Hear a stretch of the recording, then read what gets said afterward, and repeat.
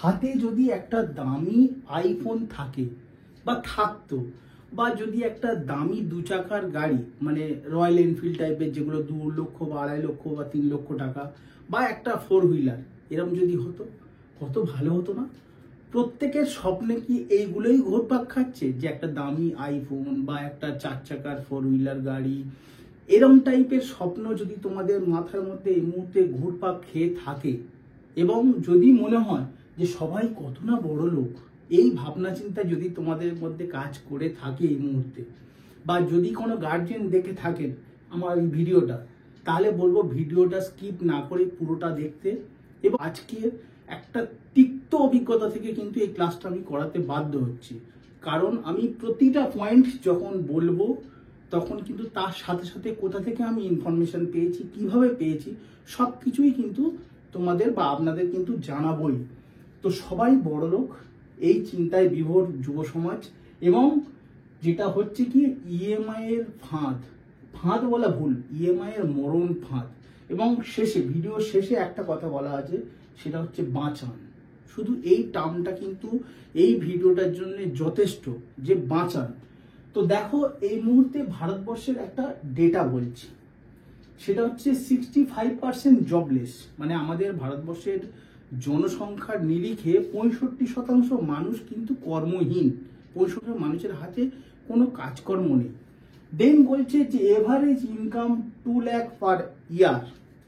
মানে ভারতবর্ষের প্রত্যেকটা মানুষের যদি গড় আয়ের হিসেব ধরা যায়, তাহলে ধরা হয় যে 2 লক্ষ টাকা প্রতি বছরে। বুঝতে পারছো, 2 লক্ষ টাকা প্রতি বছর ম্যাক্সিমাম ইনকাম হচ্ছে ইন্ডিয়ানদের। Then 100 crore Indians have no basics. মানে 140 কোটি ভারতীয়র, 100 কোটি ভারতীয়র পরিমাণ, মানে প্রায় জনসংখ্যার 90% মানুষের হাতে এমন কোনো অর্থ নেই যে সে শুধু তার খাওয়া পড়া আর বেঁচে থাকার জন্য যেটুকু দরকার, তার বাইরে কোনো রকম তার সেভিংস আছে বা তার সেই ক্যাপাবিলিটি আছে সেগুলোকে কেনা নেই। কিন্তু সংখ্যাটা কত? 100 কোটি ভারতীয়র সেই ক্ষমতা নেই যে শুধুমাত্র থেকে খেয়ে পড়ে বেঁচে থাকার জন্য যতটুকু দরকার তার বাইরে কোনো জিনিস কেনা। তো হঠাৎ করে এই লোক দেখানো ব্যাপারটা এলো কোথা থেকে? সবাই বড় লোক, এটা আসছে কোথা থেকে? এটাকে বলা হয় সোশ্যাল ভ্যালিডেশন, মানে লোক দেখানো। দেখো, সোশ্যাল সাইট খুললেই তোমরা দেখতে পাবে যে কেউ বড় বাড়ি করছে, কেউ গাড়ি কিনছে, কেউ দামি ফোন ব্যবহার করছে। এগুলো তো সোশ্যাল সাইট থেকেই উঠে আসে না? তো এইটা হচ্ছে সোশ্যাল ভ্যালিডেশন, সেটা হচ্ছে লোক দেখানো। আগেকার দিনে কি হতো, সাকসেস, কেউ কখনো অর্থ জমালে বা ভালো কিছু যদি পেয়ে যেত, সে কিন্তু গোপনে রাখতো জিনিসটা, সে প্রকাশ্যে আনতো না কখনো। সে চাইতো তার সাফল্যটা তার মধ্যেই থাকুক, আর 10 জনকে দেখানোর দরকারটাই বা কি। কিন্তু রিসেন্ট ট্রেন্ড সেটা হচ্ছে, লোককে দেখাতে না পারলে তোমার সাকসেস কিন্তু আলটিমেট জায়গায় পৌঁছাবে না। যত পারো লোককে ভুয়ো জিনিস তুমি প্রোভাইড করতে থাকো এবং দেখাতে থাকো, যাতে যুব সমাজ আরো অধঃপতনের দিকে যায়। দেখো, আজকের ক্লাসটা অনেকের এখানে লাগতে পারে, কিন্তু বিশ্বাস করো, ক্লাসটা স্কিপ না করে দেখো। তোমার ভবিষ্যৎ সুরক্ষার জন্য এই ক্লাসটা কিন্তু খুব গুরুত্বপূর্ণ। দেন দেখো, সোশ্যাল মিডিয়া এফেক্ট। বললাম যে প্রচন্ডভাবে সোশ্যাল মিডিয়ায় আমরা আজকাল এনগেজ, সবাই এনগেজ। ব্যাপারটা হচ্ছে, এডুকেশনাল যে ভিডিওগুলো বা যে চ্যানেলগুলো প্রোভাইড করে থাকে, সেখানকার ভিড়ের সংখ্যার তুলনায় এই যে সোশ্যাল মিডিয়াতে লোক দেখানো যে বড়লোকিপনা, সেটার কিন্তু দেখার বা ভিড়ের সংখ্যা কিন্তু অনেক বেশি। এবং সেই জিনিসে আসক্তি হয়ে কিন্তু যুব সমাজ ধীরে ধীরে ধীরে ধীরে ইএমআই এর ট্র্যাপ বা ইএমআই এর ফাঁদে কিন্তু জর্জরিত হয়ে যাচ্ছে দিনের পর দিন। এর ফলে কি হচ্ছে, দেখো, mental peace, depression and anxiety, দুটো জিনিস হতে পারে। কোনো জিনিস তুমি যখন পাবে না, তোমার মনের মধ্যে একটা অ্যাংজাইটি কাজ করবে, যে কেন এটা আমি কিনতে পারলাম না, কেন পাচ্ছি না, কতদিন ওয়েট করতে হবে, কবে টাকা পাবো, না পেলে ইএমআইটা কবে স্যাংশন হবে, এইগুলো অ্যাংজাইটি কাজ করতে থাকে। আর যদি পেয়ে যাওয়ার পরে যে মাসের পর মাস যে তোমাকে ইএমআই লোন গুনতে হবে বা সুদ গুনতে হবে, সেই সময় কিন্তু তুমি ধীরে ধীরে ধীরে ধীরে মেন্টাল পিস বা ডিপ্রেশনে কিন্তু জর্জরিত হয়ে যেতে বাধ্য। দেন দেখো, প্রেজেন্ট স্ট্যাটাস। এই মুহূর্তে তুমি আজকে যেখানে দাঁড়িয়ে আছো, ঠিক 5 বছর আগে যেখানে দাঁড়িয়ে ছিলে, এবং ভবিষ্যতে 5 বছর পরে তুমি কোথায় নিজেকে দেখতে চাইছো, সেটার জন্য কিন্তু আজকের ভিডিওটা তোমার জন্য খুব গুরুত্বপূর্ণ। এবং লাস্ট হচ্ছে ফিউচার গোল, ভবিষ্যৎ পরিকল্পনা বা ভবিষ্যৎ এম। তোমাকে ঠিক করতে হবে তোমার আগামী দিনের ভবিষ্যতে তুমি নিজেকে কিভাবে রিপ্রেজেন্ট করতে চাইছো, নিজেকে কোন জায়গায় দেখতে চাইছো, এটাকে কিন্তু তোমার সেট করতে হবে। এবং যত তাড়াতাড়ি তুমি সেট করবে তত তাড়াতাড়ি কিন্তু তুমি ফল পাবে। নইলে আবারও বলছি, বাঁচান, এই জিনিসটা কিন্তু তোমার লাইফে আসতে বা হতে চলেছে। চলো এগুলোর একটা একটা করে শর্ট করে করে আমরা দেখি, জিনিসগুলো ভিতরে ঢুকবো। আমি বক্তব্য যাদের কাছ থেকে পেয়েছি সেগুলোকে তুলে ধরবো এখানে। তোমরা নিজেরা রিলেট করবে, তোমরা নিজেরা বিচার করবে এবং তোমরা নিজেরা কিন্তু নিজেদের লাইফে আশা করি এটা ফল হিসাবে পাওয়ার চেষ্টা করবে। ইএমআই একটা ভয়ঙ্কর টার্ম, যেটা কিন্তু যুব সমাজকে শেষ করে দেওয়ার জন্য এনাফ। এখন ব্যাপার হচ্ছে ইএমআই এর প্রসঙ্গটা এলো কেন, সেটা হচ্ছে দেখো ইএমআই পাওয়া কিন্তু খুবই ইজি। আর বিশেষ করে এখন যত রকম ই কমার্স প্ল্যাটফর্ম আছে, ফ্লিপকার্ট বলো, অ্যামাজন বলো, যা যা সোশ্যাল ই কমার্স সাইট আছে, তারা কিন্তু ইএমআই এর দিকে তোমাকে প্রভাবিত করেই যাচ্ছে কন্টিনিউয়াসলি, যে তুমি ক্যাশ ইন হ্যান্ড হাতে নিয়ে কোনো জিনিস ক্রয় করতে যেও না, তার থেকে তুমি ইএমআই যাও এবং সেটা কিন্তু মান্থলি বেসিসে তোমার পড়বে বা ইয়ারলি বেসিসে বা 6 মাস বেসিসে পড়বে। অল্প অল্প করে তুমি জিনিসটার মালিকানা পেয়ে যাবে কিছু বছরের মধ্যে। তার জন্য কি করতে হবে, তোমাকে কিছু ইন্টারেস্ট এক্সট্রা দিতে হবে, কিছু এক্সট্রা। তো এটা একটা ছোট্ট উদাহরণ দিয়ে রাখি, যদি কোনো জিনিসের দাম 6,000 টাকা হয়, তো সেটা যদি তুমি ক্যাশ টাকা দিয়ে এই মুহূর্তে কিনতে যাও, তোমাকে 6,000 টাকাই দিতে হবে। বাট যদি তুমি সেটা ইএমআই নিতে যাও, তাহলে এই যে 6,000 টাকাটার ভ্যালু প্রায় 6,500 বা 7,000, আমি অ্যাপ্রক্স বলছি, হয়ে যেতে পারে ইএমআই এর ফলে। মানে তুমি যেহেতু একবারেই 6,000 টাকা দিতে পারছো না, তোমাকে প্রতি মাসে মাসে দিয়ে দিয়ে, সুতরাং ইন্টারেস্ট সমেত যেটা দিতে হবে সেটা কিন্তু অনেকটা বেশি। এটা গেল। এখন ব্যাপার তোমরা খেয়াল করে দেখবে, কোনো সরকারি কর্মচারী ব্যাংকে গিয়ে যখন লোন চায় ব্যাংকের কাছ থেকে, সে যে কোনো ব্যাংক হতে পারে, তো তখন ব্যাংক কিন্তু তাকে লোন প্রোভাইড করে তার স্যালারির ডিটেলস দেখে। কেন দেখে? সেটা হচ্ছে ধরো 50,000 টাকা কারোর মাসের স্যালারি, ব্যাংক কিন্তু কোনোদিনও তাকে মাসে মাসে 50,000 টাকা তার কাছ থেকে পাবে এই আশা নিয়ে তাকে লোন প্রোভাইড করে না। কেমন করে? একটা সার্টেন পার্সেন্টেজের উপরে বেস করে লোন প্রোভাইড করে দেয়। জিনিসটা আরো ভালো করে বুঝিয়ে বলছি, ধরো 50,000 টাকা কারোর মাইনে, ব্যাংক কিন্তু তাকে 20,000 টাকার বেশি মান্থলি কাটাতে পারবে এরকম অ্যামাউন্টের বাইরে লোন দেয় না। মানে 30,000 টাকা কিন্তু যাতে তার কাছে থাকে, তার যাতে বেসিক নিডসটা এই 30,000-এ ফিল আপ হয়, সেটা ভেবে চিন্তেই কিন্তু ব্যাংক সেই অ্যামাউন্টের লোন প্রোভাইড করে থাকে, যেটা দিয়ে তার জীবন সঠিকভাবে চলে। তাহলে কাটার অ্যামাউন্টটা কত হতে পারে? 20,000, তার বেশি নয়। কিন্তু আমি যদিও সবগুলোই অ্যাপ্রক্স বলছি, এটা হেরফের হতে পারে, এই ডেটা নিয়ে কেউ তর্কে এসো না। তো জিনিসটা হচ্ছে এই, যে ব্যাংকও বোঝে যে তোমার ক্যাপাবিলিটি কি আছে। সেখানে কিন্তু ইএমআই প্রোভাইড করছে যে কোম্পানিগুলো, তারা কিন্তু এসব বোঝে না, তাদের ওসব দেখার দরকারই হয় না। তোমার কি এলো গেল কিচ্ছু যায় আসে না, তোমাকে ইএমআই জিনিসপত্র দিয়ে দেবে, তারপরে তোমাকে মৃত্যুর মুখে ঠেলে দেবে ধীরে ধীরে। এবার দেখো, burn your future savings. Burn your future savings এটা কি না, তুমি একটা ভবিষ্যৎ সুরক্ষার জন্য টাকা দিনের পর দিন না জমিয়ে তুমি উল্টে কি করছো না, দিনের পর দিন তোমার ফিউচার সেভিংস এর টাকা তুমি ইএমআই এর পিছনে দিনের পর দিন ব্যয় করতে থাকছো। বুঝতে পারলাম? তোমার উচিত ছিল প্রত্যেক মাসে কিছু কিছু করে টাকা নিজের ভবিষ্যৎ প্রজন্মের জন্য বা নিজের জন্য জমানো। সেখানে তুমি করলেটা কি না, নিজের যে জমানোর টাকাটা সেটাই তুমি প্রতি মাসে মাসে মাসে মাসে ইএমআই হিসেবে দিনের পর দিন দিতে থাকছো। তার ফলে কি হচ্ছে, তোমার ভবিষ্যতের যে সেভিংস সেটা কিন্তু পুরোপুরি নষ্ট হয়ে যাচ্ছে বা পুড়ে জ্বলে ছাই হয়ে যাচ্ছে। দেন নো ইমার্জেন্সি ফান্ড।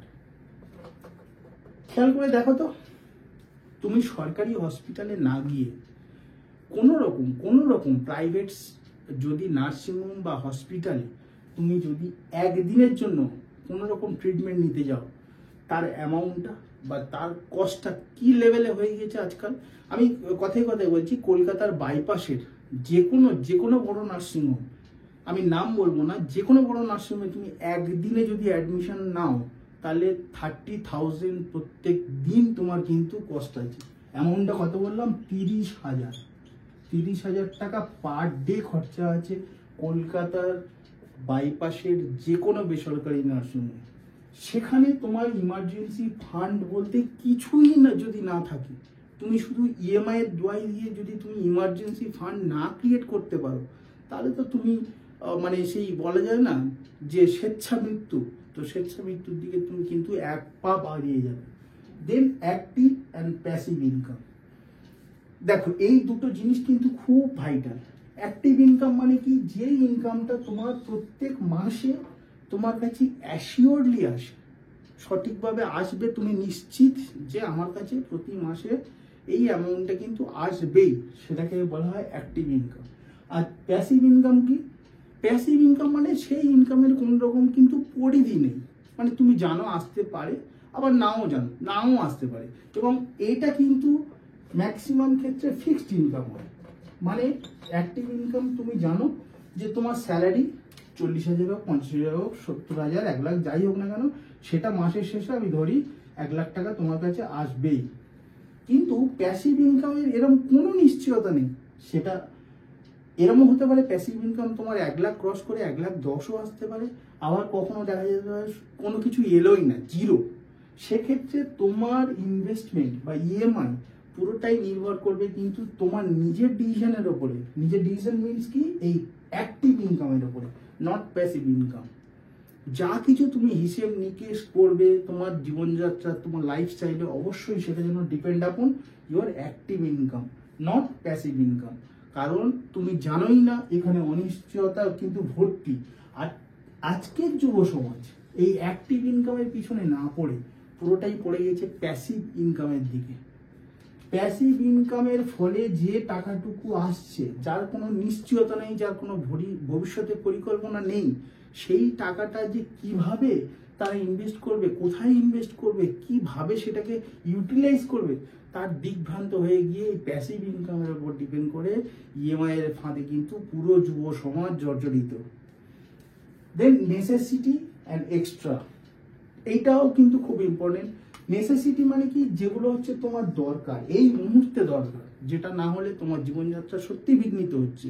ধরো কথায় কথা বলছি, কারোর মাটির ঘরদোর আছে, হয়তো একটা ছাদ দেওয়া বাড়ি দরকার, সেক্ষেত্রে তার অ্যাক্টিভ ইনকামও যথেষ্ট।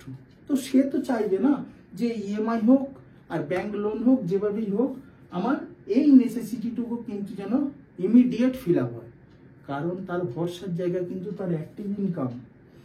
তার প্যাসিভ ইনকামের উপর সে কিন্তু ডিপেন্ড করছে না। আর এক্সট্রা ইনকাম মানে নেসেসিটির বাইরে গিয়ে কোনো জিনিসপত্র কেনাকে বলা হয় এক্সট্রা ইনভেস্টমেন্ট। এখন যুব সমাজের কাছে যাদের ইনকাম বলতে কিছুই নেই বা যৎ সামান্য, তাদের কাছে কিন্তু এই প্যাসিভ ইনকামের উপর ভরসা করে তারা এক্সট্রা ইনভেস্টমেন্ট, নেসেসিটির বাইরে জিনিসপত্র কেনার প্রবণতা কি আজকালকার দিনে বাড়েনি? সেটা একটু নিজেরা নক করে দেখো তো। আমি আমার বাস্তব অভিজ্ঞতা দিয়ে এই পুরো কটা পয়েন্টকে কিন্তু একদম এক্সপ্লেন করছি, একটু মন দিয়ে দেখো। No emergency fund. Emergency fund না থাকার ফলে কি হতে পারে দেখো, যে হঠাৎ একটা মানুষ চাকরি বাকরি সুস্থ সবলভাবে করছিল, হঠাৎ দেখা গেল তার, আমি নাম বলবো না, এটা কিন্তু আমি একদম মানে বাস্তব থেকে দেখেছি বলেই বলছি, আমার পুরো অভিজ্ঞতা থেকে। তো সেই ব্যক্তিটা একটা প্রাইভেট ফান্ডে চাকরি করতেন, তো হঠাৎ করে তার একটা অ্যাক্সিডেন্ট ঘটে এবং তার কোনো রকম মেডিক্লেম পলিসি করা ছিল না, মানে তার ফ্যামিলির জন্য কোনো রকম চিকিৎসার সুবিধার জন্য কোনো রকম স্কিম করা ছিল না।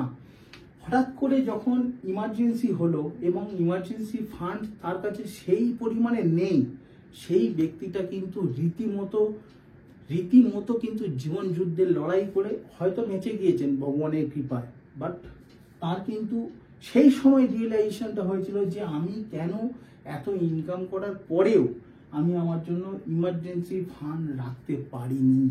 সেই দিনে কিন্তু সেই ব্যক্তিটা নিজে মুখে স্বীকার করেছিল যে তার ভুলের কথা। দেন অ্যাক্টিভ অ্যান্ড প্যাসিভ ইনকাম। দেখো আমি বারবার বলছি, সবাই নির্ভর করবে অবশ্যই অ্যাক্টিভ ইনকামের উপরে, এবং অ্যাক্টিভ ইনকাম করতে গেলে কি করতে হবে? অবশ্যই তোমাকে কোনো একটা সার্ভিস সেক্টরে নিযুক্ত হতে হবে। আর যদি সেটা গভর্নমেন্ট সার্ভিস সেক্টর হয় তত বেশি সেটা সিকিওর। আর প্রাইভেট হলেও তো কোনো কথা নেই, তবে বলবো গভর্নমেন্ট সেক্টরেই কিন্তু অ্যাক্টিভ ইনকামের যেটাকে ফিক্সড বা সিকিওর বলা হয় সেটা প্রবাবিলিটি বেশি। প্যাসিভ ইনকামের উপরে ভরসা করে অনেকেই ডোবে। রিসেন্ট আমি একটা জায়গায় গিয়েছিলাম যেখানে একটা বিশেষ পুজো ছিল, তো গিয়ে হঠাৎ দেখছি সেখানে প্রায় 2.5-3 লক্ষ টাকার উপরে বাইক গোটা 10 রাখা। এটা ন্যাচারাল, তোমাদের সামনেও তোমাদের চোখেও পড়েছে, বাট আনফর্চুনেট ব্যাপার সেটা হচ্ছে যে জায়গাটা গিয়েছিলাম সেটা একদম গ্রাম, মানে গ্রাম্য এলাকায় ওরকম 2-3 লক্ষ টাকার বাইক দেখে সত্যি মনটা একটু চঞ্চল হয়ে গিয়েছিল। তো আমি যথারীতি একজনকে জিজ্ঞেস করলাম যে এগুলো কাদের, তারা কি মানে গেস্ট হিসাবে এখানে এসছেন তাদের? বলছে না, এখানকার গ্রামের ছেলেদেরই এই বাইকগুলো। তো জিজ্ঞেস করলাম সোর্স অফ ইনকাম, বলছে কেন এই যেটা ইএমআই কেনা। তারা কি করে, প্রত্যেকে প্যান্ডেলের কাজ করতে যায়, প্যান্ডেলের কাজ করে যতটুকু টাকা আয় করে তার উপর ডিপেন্ড করে ইএমআই প্রোভাইড করে, এবং ওই লেভেলে মানে 2.5-3 লক্ষ টাকার বাইক চলে বেড়াচ্ছে। কিসের ওপর ডিপেন্ড করে? এই প্যাসিভ ইনকামের ওপর ডিপেন্ড করে, যার কোনো সিকিউরিটি কিন্তু সমাজে নেই।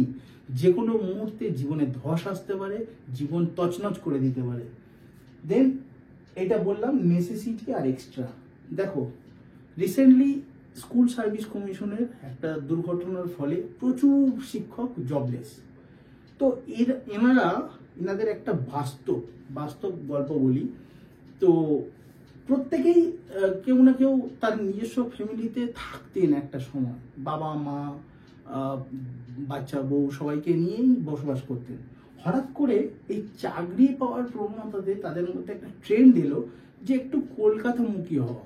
সে স্কুল যেখানেই হোক না কেন, কলকাতামুখী হওয়ার একটা কিন্তু প্রবাবিলিটি তাদের মধ্যে তৈরি হলো। এবং কলকাতামুখী হলে তো আর জায়গা কিনে বাড়ি করার মতো খুব কম সংখ্যক মানুষ আছে, ম্যাক্সিমামটাই তো সেই কোনো ফ্ল্যাট কালচার এইসবে বিশ্বাস করেন।